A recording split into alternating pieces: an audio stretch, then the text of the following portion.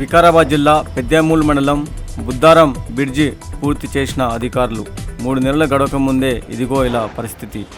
అధికారుల పర్యవేక్షణ లోటుపాటు వల్ల ఇలా జరుగుతుందని స్థానికులు వాపోయారు. కాంట్రాక్టర్లకు వత్తాసు పలుకుతున్న ఆర్ఎండ్బి అధికారులు. పర్యవేక్షణ లేనందువల్లే టీఆర్ఎస్ ప్రభుత్వంపై దుమ్మెత్తి పోస్తున్న ప్రజలు.